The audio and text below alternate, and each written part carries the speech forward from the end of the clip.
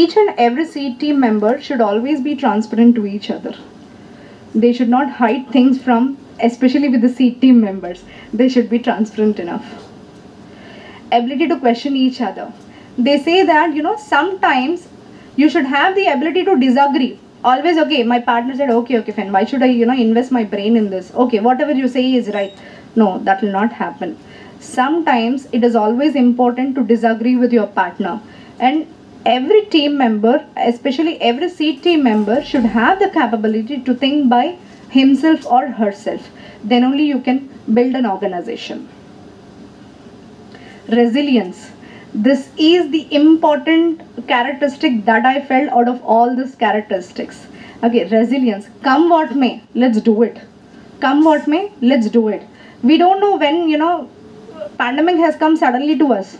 No one has expected. Pandemic has come to the world. We don't know next pandemic when will it hit our world. Who knew 9/11? About 9/11. So, there are certain things like this. But the only thing an entrepreneur or the person should know is resilience, being resilient. Resilience is the only one thing which makes you above or which keeps you above compared to the others. Sense of humor. Sense of humor indeed is a very serious issue, friends. Okay, you should be able to laugh at the situations. You should be able to laugh at yourself at times. Then only you will be able to build your organization. Building an organization is, by the way, a serious affair. But, being sense of humor, being humorous, at least makes you help to handle the serious issue. So he says sense of humor is also important. Friends, along with these, there are many more chapters. I have whatever the chapters that I have liked, I have explained to you, and there are many more here. Vision, how are you different, writing a business plan, choosing the right investor, getting good people, blah, blah, blah. So many are there. I would conclude my session with the last chapter, reasons why startups fail.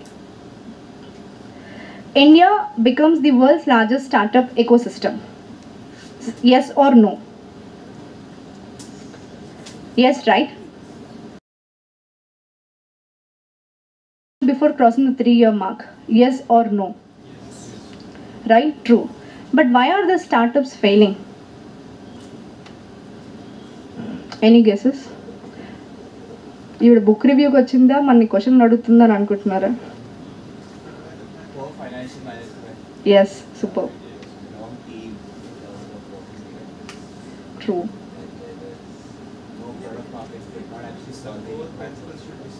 The co-founder issues are also there. True. You were saying something? The core principles and the company culture should be strong. Nice. Fine, sir. Most of your answers are correct. The common reason most of the startups fail is differences between the founders. We should always remember that friendship and business partnerships are not one and the same. We just get carried away with our emotions. Okay, oh, he's my best friend and I have this thing in my point, in my business thing, but still he's not caring. What is this? Blah, blah, blah. Never ever. Friendship and business partnership are different. You will have your own point. He or she will have their own point. But don't get panic in such situations. The author says, sit with your partner, discuss, because in his earlier discussions he said that disagreeing is also one of the important factor.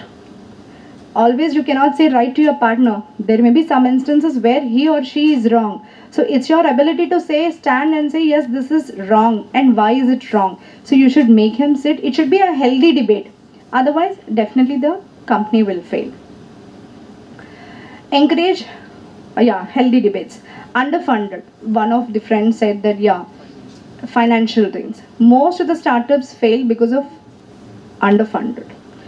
The two important thing that we have to know here is how much, you should be realistic. What is the total amount that I require to start up my company? And when should I raise the money? And from whom should I raise the money? These are very important factors coming to the financial thing. Again, Mr. Bakshi gives an example here. He has started his first organization when he was 28 years old.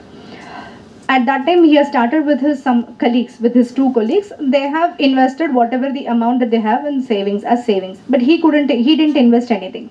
So the company is doing good, all fine and all. At that time, this was in 1985, and banks were not giving any loans to the startup companies.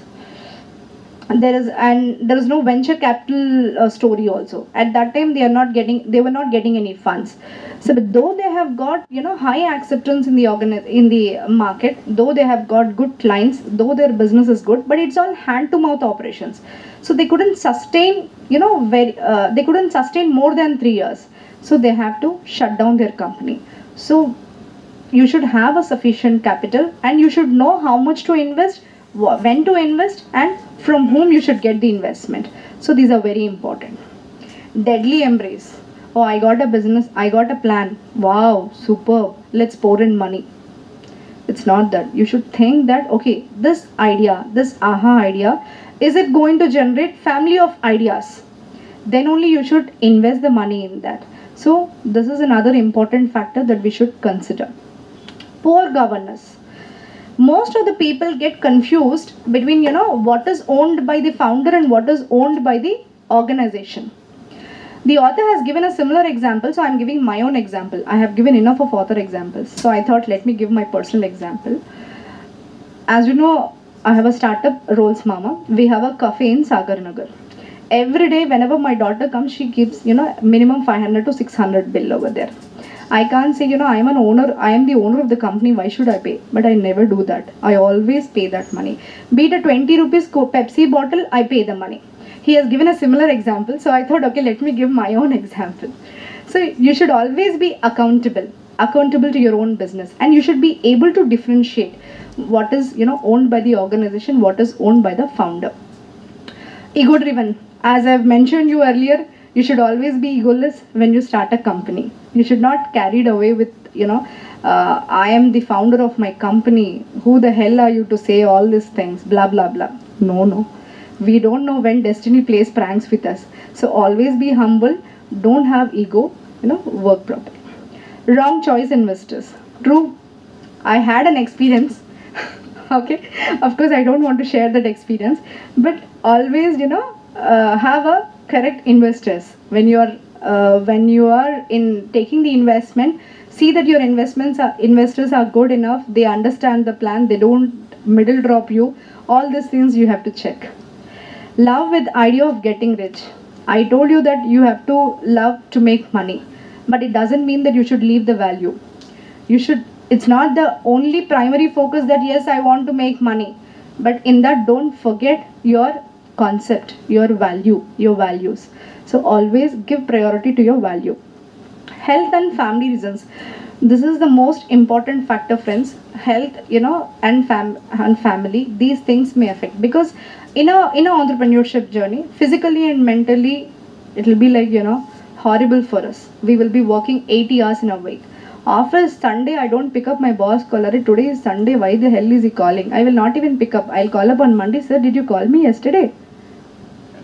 So we say this, right? But in entrepreneur, it's not like that. Be it Sunday, be it Saturday, be it late night, you have to pick up customers' call and you have to pick up your staff call. Maybe we don't know what exigency is in, right? So your health takes a toll here. They say that if you build an organization and if you devote 5 years, it is like exactly twice if you work for an organization. So that much strain or that much stress you will have if you build an organization. So health and family is very important. And again, he has said us some 6 important things how should take